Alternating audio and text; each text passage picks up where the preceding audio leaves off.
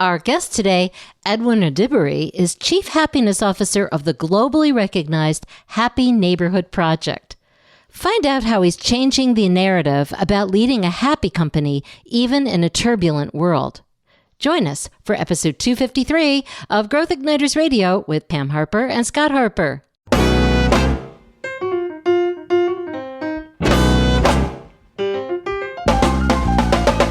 This episode is brought to you by Business Advancement Incorporated, enabling successful leaders and companies to accelerate to their next level of success. On the web at businessadvance.com. And now, here's Pam and Scott. Welcome, everyone. I'm Pam Harper, founding partner and CEO of Business Advancement Incorporated. And right along with me is my business partner and husband, Scott Harper. Hi, everybody. It's great to join you again for another episode of Growth Igniters Radio. And as always, our purpose here is to spark new insights, inspiration, and immediately useful ideas that can help visionary leaders accelerate themselves, along with their companies, to their next level of game-changing innovation, transformation, and growth. Now, you know, Pam, one of the recurring narratives that comes up over and over as we speak with CEOs and other top executives is that having a happy, engaged company can have a huge positive effect on the company's success. Yes, that's right. Now, this is one of the things that we've believed and we've talked about for quite a long time now. But here's the thing. When times are good, it's a lot easier to foster an environment of happiness and engagement in a company. But what about when times are tough? CEOs tell us that it can be a real challenge to lead in a way that sustains happiness when they're facing things like pandemics, emerging competitive pressures, economic uncertainty, all stuff like that. Oh, yes. Under these conditions, it can be natural to put happiness on the back burner. Yeah. But this can lead to lower productivity and burnout, and it costs time and revenue and reputation and so much more. It's time to change the narrative on leading a happy company. Okay. That's why we're happy to be speaking today with Edwin Adibari, MBA. He's a TEDx speaker, entrepreneur, and coach who's dedicated much of his career to promoting happiness worldwide. Edwin is the founder of the Happy Neighborhood Project and the I Am Happy Project, which has over 70,000 members across 64 cities in 19 countries. Wow. He's been featured in a PBS documentary about happiness, and in 2014, his work on promoting happiness was recognized by the United Nations. He also serves on the board of various profit and not-for-profit organizations. Now, we were first introduced to Edwin by our friend Natsuya Lipschitz, who was a previous guest on Growth Igniters Radio. And she spoke as part of the 2023 Happy Neighborhood Project, which celebrates the International Day of Happiness. You can read much more about Edwin's background by going to growthignitersradio.com, episode 253, and scrolling down to resources. Edwin, welcome to Growth Igniters Radio. We are so happy you're here. Thank you so much for having me. I am so happy to be here.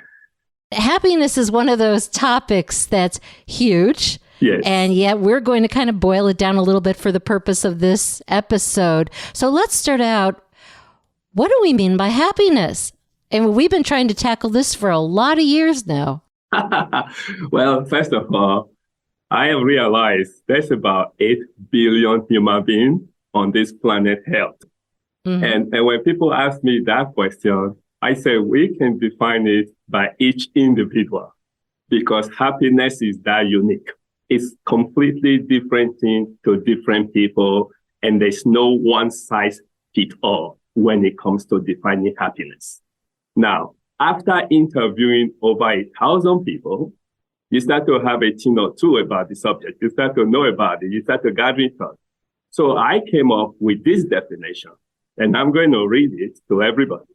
It says, happiness is a state of mind or feeling, and is characterized by contentment, satisfaction, pleasure, and joy. Okay. So that's kind of like how I boil my definition so that people can have a frame of reference. Am I content with life? Do I have pleasure in what I'm doing? Do I enjoy? Do I have joy in my life? So those are characteristics. You have to have some degree of pleasure. You have to have joy. You have to have satisfaction. You have to have contentment. And when you can bundle all that together, then you are a happy person. That's a tall order. So there are lots of dimensions of happiness, and it cycles up and down according to different conditions. But if you have at least some of that going on all the time, you're going to be a happy person. Is that right? Absolutely. Absolutely. Okay. Because the bottom line is this. There is no one thing. You see somebody and I say, if I win the lottery, I will be happy. And yes, when they win the lottery, they'll be happy a little bit, for that moment. Mm-hmm. But if they don't have contentment, then that's going to vanish away right away, Ah. So there is no one person that can have all of that either, but there has to be some balance. So when I talk about moving from happiness as an emotion to happiness as a skill, I talk about understanding those factors empower you so that you are moving towards the right direction. We're going to talk much more about this. I mean, I think it's a good overview of where we're going to be headed. But of course, everybody comes to their happiness from different places at different times. I call it turning points. What was the turning point in your life that led you to decide to focus on helping others become happy? Because you came from a lot of other areas. I mean, this wasn't like you graduated from college and said, I'm going to be happy now and I'm going to focus on making other people happy. No. What was it? No, as a matter of fact, I think my degree is in aviation. Okay. I went to Embry-Riddle Aeronautical University. So I was supposed to be a pilot or work with airlines or with, space. And then I did go into technology and I was very successful in building technological companies. However, during the recession of 2008, I do a lot of meditation. And at that space, I just went out on the street and I started talking to people about happiness. Now, I remember people at that time, they probably were thinking, okay, is that this guy is going crazy or he's trying to take advantage of people or something like that, okay? So I still remember one of the local television channel, inviting me to their studio. I thought they were going to just interview me like we are doing right now, ask me why I'm doing what I'm doing. And I tell them why, and I go my own way, And they say, no, we have a different plan. We want to have a crew go out on the street with you so we can observe what you do. Oh. So at first I hesitated because we are talking about happiness and people are very private when it comes to their happiness. So they might not be too excited when they see a camera crew behind me coming to talk. So the executive producer said to me, Edwin, you know what? We are very experienced with this thing. So you do what you do. Let us do what we do. Let's see how it comes out. And I thought that was fair. So we went out on the street. A few hours later, everybody were happy. They were so impressed with what they experienced. So they did a small documentary on it. So that was the first time anything ever happened with the subject. But the real turning point for me, because at that point, it was still like fun. It was like, I want to do some research about happiness. I want to know why people are happy, why they are not happy. It wasn't serious thing for me until I met a gentleman at the Jack London Square in Oakland. And it was a very beautiful Sunday morning. So I was going about doing my thing and I've interviewed so many people by this time. So I asked this young man, hey, can I ask you a quick question? And he said, no. I mean, the no was so strong. It would have been enough for me to just say, okay, thank you. And I go my way. But something told me no, because previously I've decided, I would ask at least 3 times before I would give up. So I said, hey, this is going to be very, very quick. And he said, not really. I said, come on, what is going on? So I think he realized I wasn't going to let him go. So that's when he said, okay, whatever it is, ask it so I can go my way. So I asked, on a scale of 1 to 10, how happy are you right now? And he scored by far the lowest. So I was even shocked. I'm like, hey, this is a beautiful Sunday. And this is self-assessment. Why would you assess yourself that low? So I said, hey, can I share a quick story with you? And he said, no. I said, yeah, we go again, Anyway, finally, he said, okay, come on, So the first thing that came to my mind, I just started sharing. And then towards the end, I realized it was calmed down. So I said, So in my mind, I said, maybe I can share a second one. And it did not say yes or no. So I assumed a yes. So the second one, then the third one, I was on the roll, about 9 stories. And maybe 30 minutes later, a little voice in my head said, hey, Edwin, you need to slow down now. Come on, So because my interview was never that long. So I reached out to shake his hand and he held my hand so strong.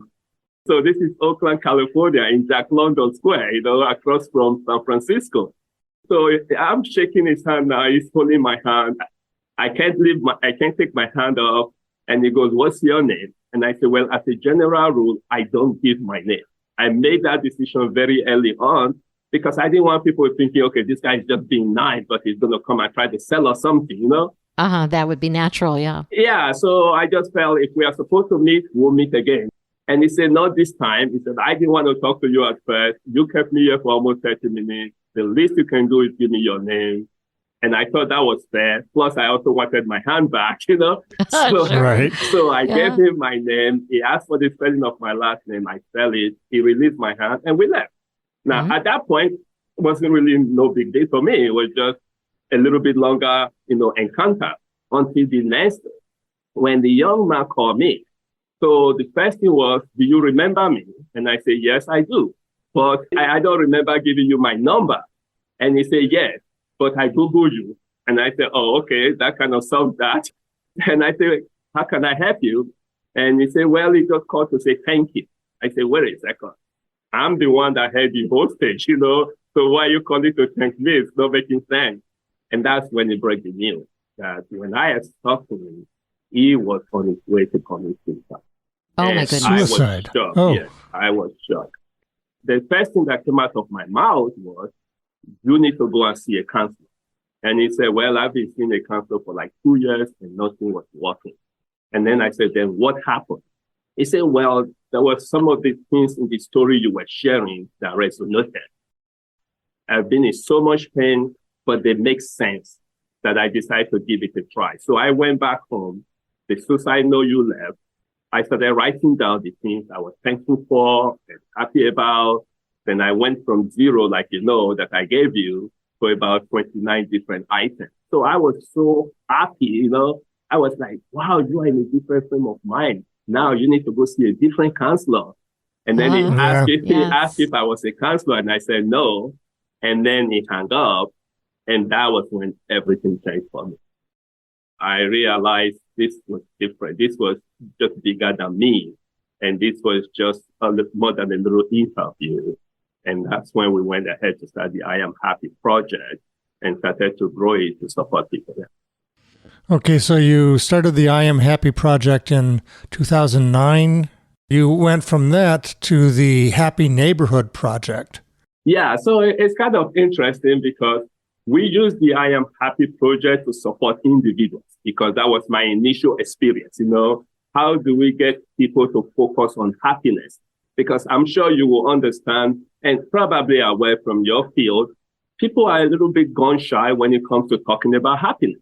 You see your neighbor will be showing you a happy face, but internally they are not happy. And then you see something terrible happen. You think, wait a second, not that guy. The guy was a happy guy. No, the guy was not a happy guy.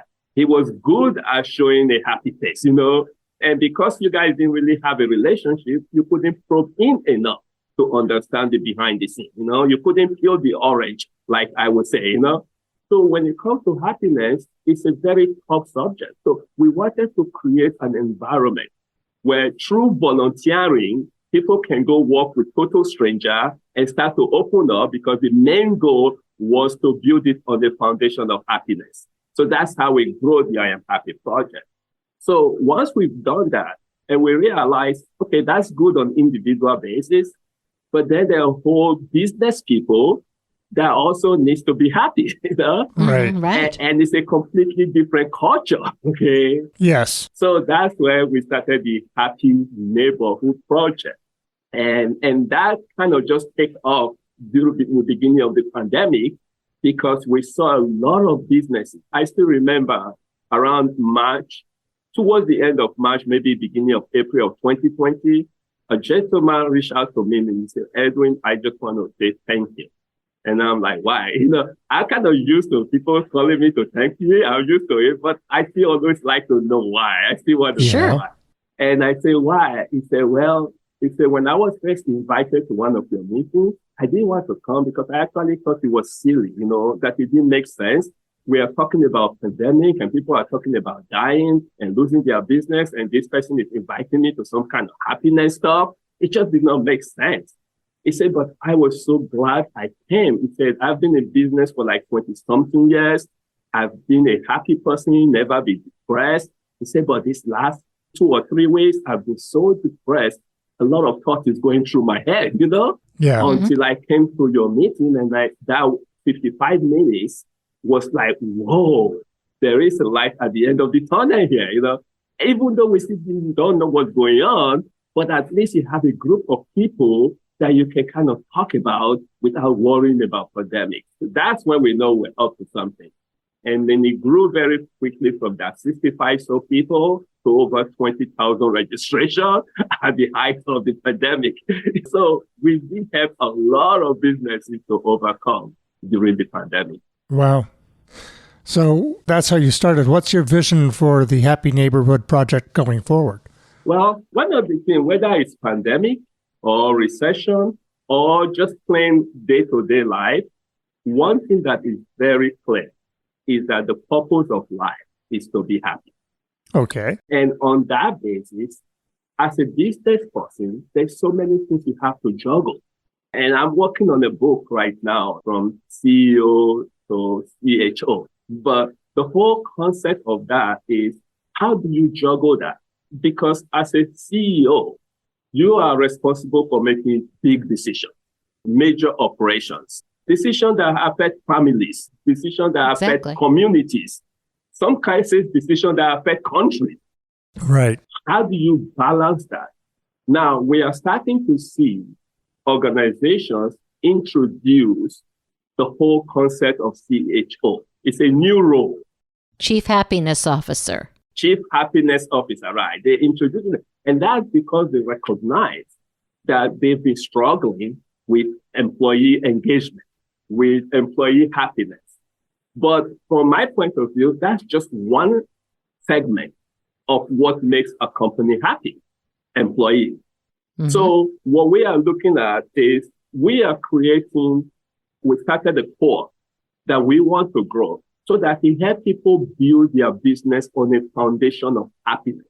And when you build on a foundation of happiness, and especially CEOs of bigger companies, you're not just talking about, okay, let's bring in a CHO to work with a CEO and the human resources so that our people are happy. But then what happened to your customer base and customer relations? Right. What happened to your shareholders and shareholder relations? Right. What happened to your suppliers and your supplier relations? All these people want to be happy too. If the purpose of life is to be happy, the customer wants to be happy, the shareholder wants to be happy, the supplier wants to be happy, the employee wants to be happy. And guess what? The CEO has to figure out a way to balance all these people that want to be happy. Mm-hmm. So happiness becomes the glue almost. Exactly. And so when I talk about from CEO to CHO, instead of having a CHO that works with employee well-being, yes, and have a CHO that works with customer relation for customer happiness, or a CHO that works with shareholders so they are happy, why don't we just have the CEO be CHO? Why don't we? Why don't we just start with CHO? Because it's almost like when you hear somebody would say, okay, what would a CHO think? Because a CHO would think differently. A CHO is not going to say, okay, wait a second. We've already promised that we're going to have so much profit, so let's cut off 10,000 employees. A CHO will never do that, okay? At the same time, a CHO is not going to keep an employee that's not performing because he knows that the shareholders are not going to be happy, Exactly. Right. So a CHO can look at how do we, like you just said, Pam, how do we use happiness as a glue Because if we are going to build a happy company, it's not just enough for the employee to be happy. Because that's what most people think right now. When you talk about building a happy company, they think about, let's make our employee happy. No. Okay, yes. Employee got to be happy. Customers got to be happy. Shareholders got to be happy. And suppliers got to be. There's so many things that are going through it. So our goal moving forward is, how do we encourage a foundation that is built on happiness? A large scope. Yes. Building on that, you are the Chief Happiness Officer for your company. So what makes you happy, Edwin Adibari? Well, first of all, my ability to look at the mirror when I wake up in the morning and I can smile, that makes me happy. Because one thing that I've learned over the years is that it's so easy to smile when you are in the front of other people. It is so easy to smile when everything is going well. But when nobody else is there, can you look at the mirror and see the guy that you're staring at and say, hey, you're okay. You're doing fine. I like you. So give yourself a pat on the back. That's what makes me happy. When I can look at that guy in the mirror and I can truly say, you know what? You did well yesterday. Let's go out and do it again today. Or, hey, you screwed up yesterday, but let's go out and fix it today. It doesn't matter, because one thing that I have learned is you cannot give what you don't have. I joke with my colleagues, and especially my staff. I said, if I wake up in the morning and if somebody was to ask me, how are you? And I cannot say I am happy, I go back to bed. That's an interesting point. I'm not ready to wake up yet. I just go back to bed, because why go out and screw up other people's life when I haven't got mine together? So that's my major focal point. Is what can I do to continue to help me to stay happy? Because I know that if I do stay happy, I can impact other people's lives. And that's really my purpose, is how do I impact other people's lives? But I have to start with me. And that would then fold very neatly into leading a happy business, as you're saying. So this is a wonderful place for us to take a quick break. And when we come back, we'll talk more with Edwin Adibari about being the Chief Happiness Officer, the CHO, and what it takes to lead a happy company. Stay with us. This is Growth Igniters Radio with Pam Harper and Scott Harper. We're brought to you by Business Advancement Incorporated, and we're on the web at businessadvance.com. As always, at BAI, we focus on enabling visionary CEOs and C-suite leaders to accelerate the momentum it takes to achieve game-changing innovation, transformation, and growth. We're excited to announce that as of February 2023, Growth Igniters Radio with Pam Harper and Scott Harper moved into our 9th year of episodes. Yay! We're proud that we've received top podcast recognition in 2022, and this year we're having more conversations with visionary CEOs like Edwin Adibari and other thought leaders who are changing the face of business, and we'll also feature more of our own quick take episodes. Now, if you're enjoying listening to this podcast, spread the good word.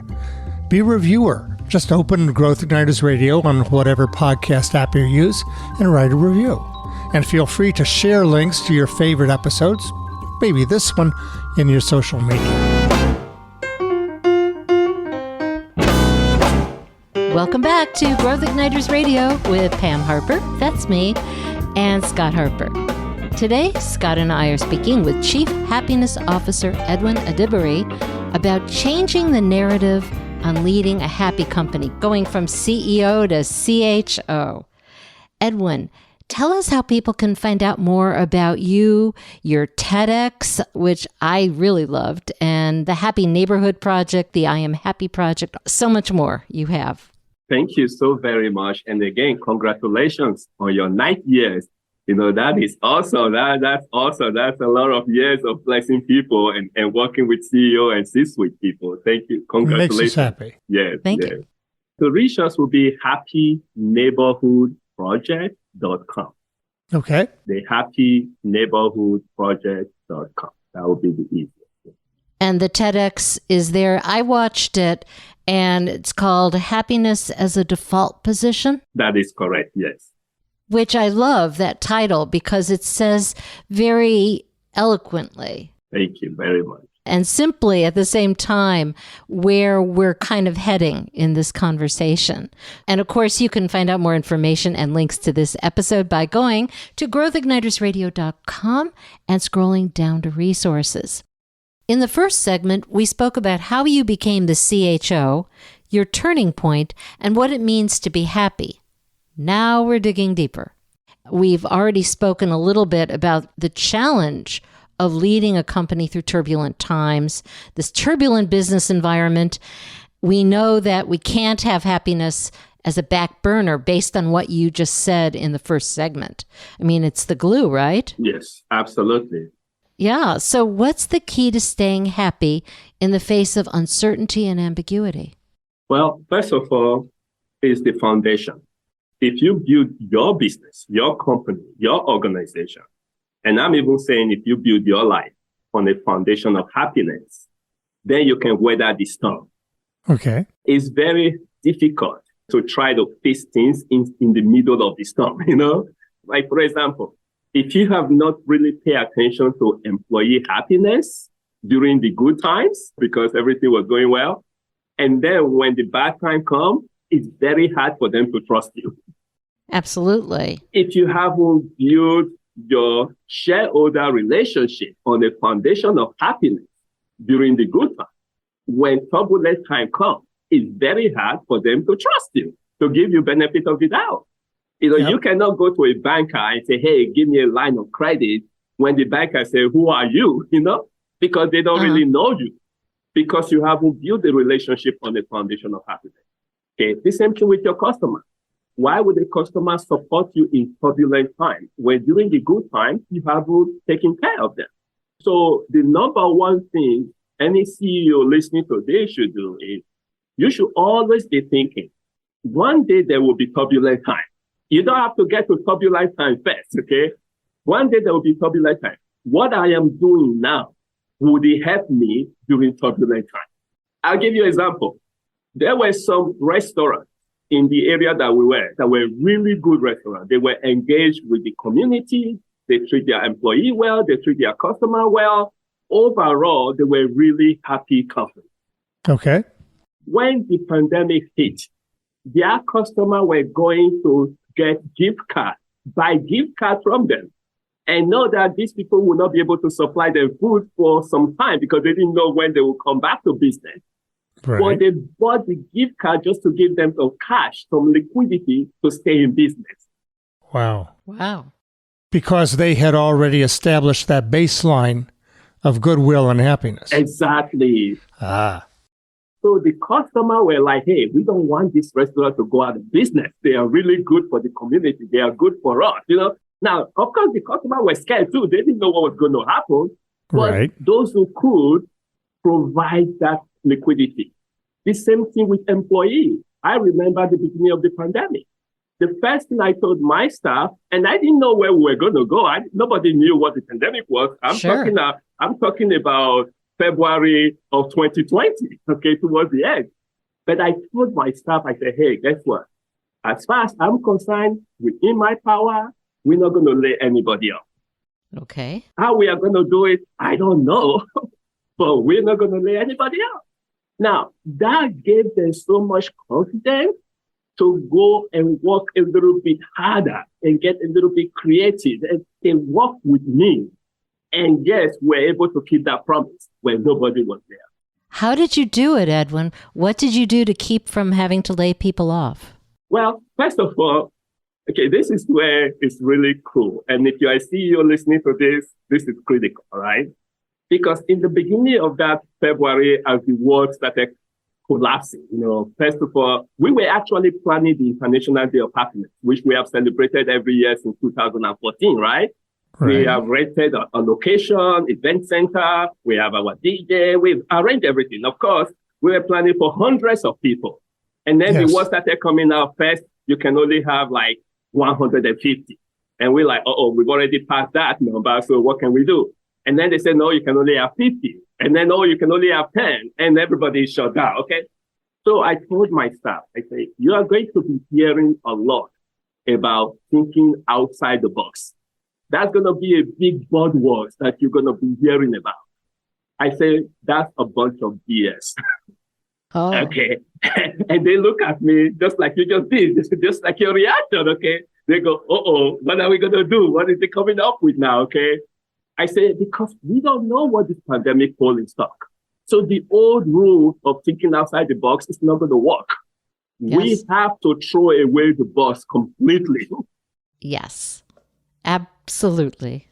And we got to think freely. We don't have no frame of reference because we don't know this pandemic. We don't know anything. And that's exactly what my staff did. We were like a little kid in the candy store because it was like opportunity to think outside, throw away everything. Let's just think, and it worked for us. Yes. And I think it will work for most companies if you remove the fear.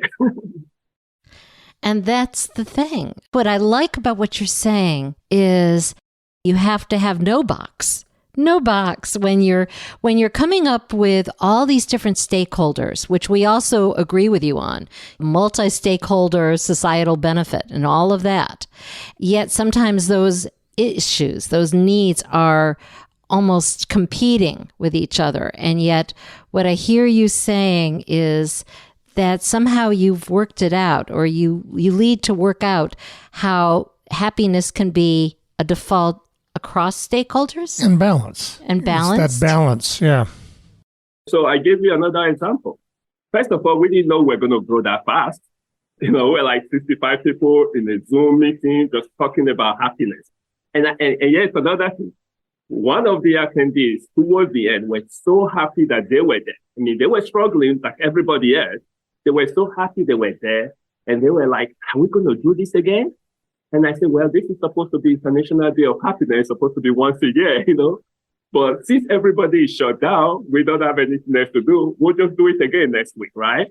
And then another person said, well, it's free now. Would it always be free? And I opened my big mouth and I say, yes. I didn't have no clue what I was getting myself into. I didn't know how fast it was going to grow. So I said, yes. And then it started growing. I have staff like every other company. I'm like, whoa, what did I get myself into? Now, that's where most people would have said, hey, wait a second. I said free when it was 65. I didn't know it was going to be 2,000. I didn't know it was going to be 4,000. So let's start charging for it. That's how you lose credibility. So I have to figure some other way out. And I'm like, hey, we are very happy people here. We are like in a world of our own. The whole rest of the whole universe is talking about pandemic. We are talking about how to collaborate. We are talking about how to support each other. There must be some companies that would like that. And so we started reaching out to companies. Within like 2 weeks, Dell Computer, and I'll give them a plug if you don't mind. They say, we like what you are doing. We want to support you. We want to associate our brand with happiness. And they cut us a big check. Wow. Wow. Edwin, that is so great. Happiness breeds its own rewards. It does. Exactly. That's amazing. Let's take it to a bottom line, one sentence, the most important thing you can do to lead so your company stays happy through the ups and downs. Again, build your business on a foundation of happiness. Okay. We're going to hold on to that. And we're going to take another quick break. And when we come back, Scott and I will speak more with Edwin Adibari, Chief Happiness Officer of the Happy Neighborhood Project, about immediately useful ideas for leading a happy company no matter what. Stay with us. You are listening to Growth Igniters Radio with Pam Harper and Scott Harper. We're brought to you by Business Advancement Incorporated, where we focus on enabling visionary leaders to dramatically increase momentum for game-changing results. We're on the web at businessadvance.com. Have you ever wondered if so many CEOs think it's important to lead for business transformation and long-term growth in a rapidly changing world, Why can it be so challenging to break the orbit of the status quo? Well, as an author and advisor to visionary CEOs who often face mysterious pushback to their big ideas, that was the question that sent me on a long search for answers. So what's the secret of the great leaders? The successful visionary leaders I call growth igniters, the ones who are able to ignite game-changing business growth over and over again. What's their secret? They're able to anticipate and embrace the hidden leadership dynamics that can naturally emerge in uncharted territory. How do they do this? That's what I share in my keynote, Break Orbit, Achieving Long-Term Growth in a Short-Term World. Go to PamHarperSpeaks.com today, and you can find out more about Pam's keynote and her availability to speak at your next leadership conference or executive retreat.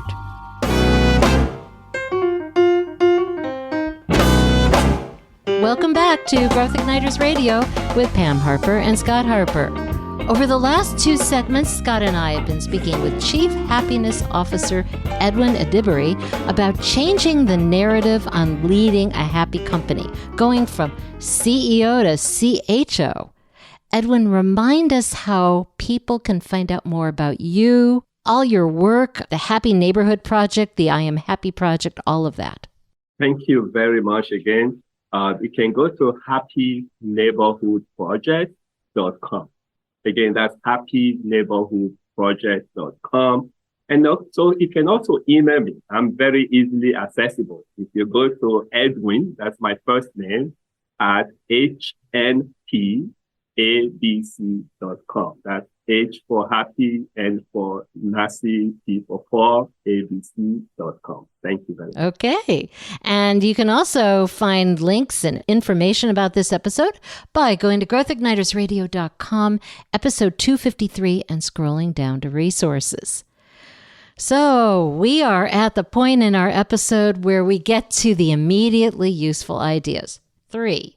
And we take them one at a time. And in this case, it's about happiness. And you spoke about it earlier, happiness as a skill. We know that you have a list of 10 tips for happiness. We only have time for 3. So what's the first one? The first one, you have to decide to be happy. Now, it's not just enough to decide to be happy. You absolutely make it a priority. And the difference is when you make something a priority, you invest in it. You put in resources into it. You put in energy into it. You put in time into it. And you put everything into it. And one of the things I say to all my staff, my colleagues, is practice does not make perfect, like the way they make us believe, okay? Mm-hmm. But practice makes improvement. And that also applies to happiness. You know, it doesn't matter where you are. When you make a decision to be happy, make that commitment that you are going to get better every day. And again, that kind of fall under the umbrella of moving from happiness as an emotion to happiness as a skill. Because if you keep it as an emotion, then you go through emotional roller coaster. But if you put it as a skill, you get empowered. So it doesn't matter where you are, you know you can get better. But start with that decision. We imagine that people who are listening are sitting on a plane or they're exercising, all the things we would be doing. What is something, as soon as somebody's done listening, how do they flip that switch? I mean, you make it sound easy, Edwin. It isn't always easy for some people if they're stressed out. No, it's not. So let's say a person is in the plane and they are hearing your podcast, because that is like the moment you're hearing this, get up and go to the bathroom. And hopefully there's not a long line, right? Go to the bathroom and look at the mirror and tell yourself, I am going to be happy for the next 24 hours. Oh, 24 hours. Yes. Be very specific. Now, here is the deal. If you are going through really tough time and you cannot envision 24 hours because 24 hours might sound like a whole eternity to you, look at that mirror and tell yourself, for the next hour, I'm going to be happy. Okay. 1 hour at a time. In other words, make a decision and pick a time frame that you think you can manage. Okay. That's very concrete. Because the whole idea is changing your attitude. It's not about the length of time. It's not about anything. It's just giving you that power that, hey, you know what? I do have power over this thing. The world may be going crazy, but for 1 hour, I can be happy. I can be happy. And then you go back to your seat. The person sitting next to you experience a transformation. They will be like, whoa, what happened to this person? You know? They'll be like, whoa. No drugs, just attitude. He's smiling. No She's smiling. Because here is the deal. Harvard Medical School and the University of California in San Diego, they did a joint study. And they find out that when an individual becomes happy, they trigger a chain reaction. You cannot keep it to yourself. It's contagious. It's literally. The person sitting next to you in the plane will know something has happened differently in your life. Wow. Good. Now, what's a second idea? So the second one is smile more. This is my favorite. Smile more. Smile more. Laugh. Learn to laugh at yourself. And when I go into C-suites, I tell CEOs and high power people, I say, you can take your business seriously. Okay? You can take what you do seriously because people expect you to do so. Yes. But never take yourself seriously because nobody cares. Wow. Okay. Yes. And people have to be able to differentiate those two things. Because if you cannot tap into that little kid in you, while you are doing the big things that impact the whole world, then that little kid is going to gradually start dying. And then you're going to conquer the world and then find out it's on an empty space. You have to always touch that little kid because that's what motivates every single action that you're taking. And so when we do our worldwide networking event and people come from all over the world, to this event, at halftime, in that 55 minutes, I make people laugh together for 30 seconds. When people come for the first time, they think, okay, this is silly people. What is going on here? And then they start finding out themselves they can't stop laughing, because the brain cannot tell whether you are fake laughing or you're serious laughing. It's going to secrete the hormone that reduces your stress level, that increases your happiness. So I tell people, laugh for no reason at all, just like a little kid. You take a little kid, you say, hey, why are you laughing? The kid goes, I don't know. And then the kid laughs some more. It drives you crazy. Well, see, we're laughing right now and we don't even know why. But it feels good. But it does feel good. Yes, yes. And here is the last thing about the laughing. Somehow it's okay to laugh when everything is going good. But I tell people, and maybe God forbid, you get that bad news and the doctor say, hey, you have this. The first thing that should happen is burst into laughing. Now the doctors are going to think, oh, maybe this person is gone crazy. He doesn't understand what I really said. What's going on here? No, because that's the moment where you start to recover. Because laughter truly is the best medicine. Yes, that is true. And you have to employ it when you need it. We've got to build here. We've got decide to be happy. Do it 1 hour at a time if you must. Smile, laugh more. And what's the third immediately useful idea? So the third would be of service to others. Because the gift that we have, the very nature of us, is more than enough to just serve only us. That's too self-centered. I still remember a lady came to me one time giving a really terrible news. And the friend said, oh, call the chief happiness officer. At least he can make you happy. And she called me and he said, can you make me happy? I said, no, I don't make people happy because I don't have that kind of power, I said, but I can teach you how you can be happy. And she said, what should I do? I said, well, based on what you've shared with me, tomorrow morning when you wake up, go to the nearest flower store or candy store or something, buy a box of candy or buy a flower and go to the nearest hospital and find the department that involved with the same thing that they just told you that you have and give them a box of chocolate or give them that flower or do something. At first she's looking at me weird, like this person understand what I'm trying to tell them. I said, no, you have to get out of your own way so your body can heal you.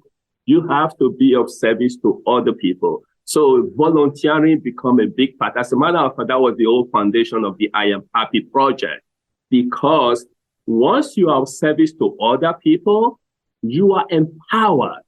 You know, your life is saying, hey, wait a second, I'm useful, okay? I'm not ready to live here yet. You know, we still got some creativity to do. So yes, that would be my thought in terms of being okay. So being of service to others, and certainly you have been of service to others in this conversation. Thank you very much.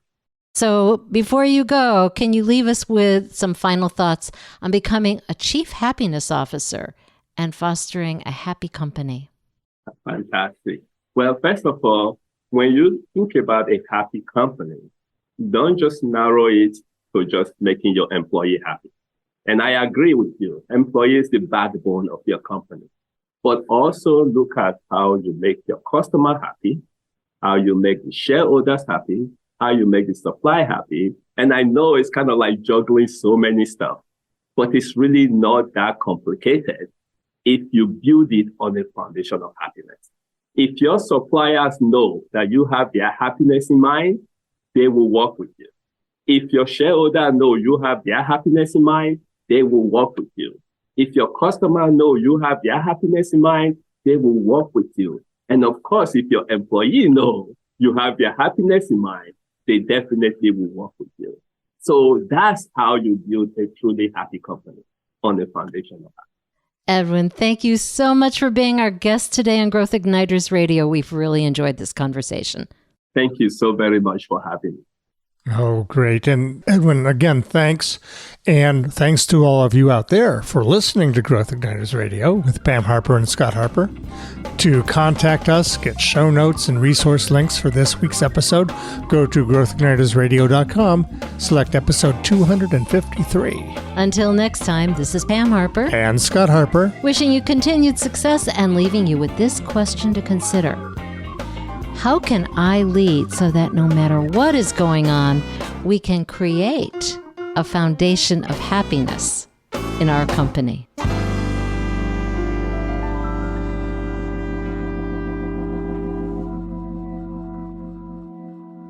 Growth Igniters and Growth Igniters Radio with Pam Harper and Scott Harper are registered service marks of Business Advancement Incorporated.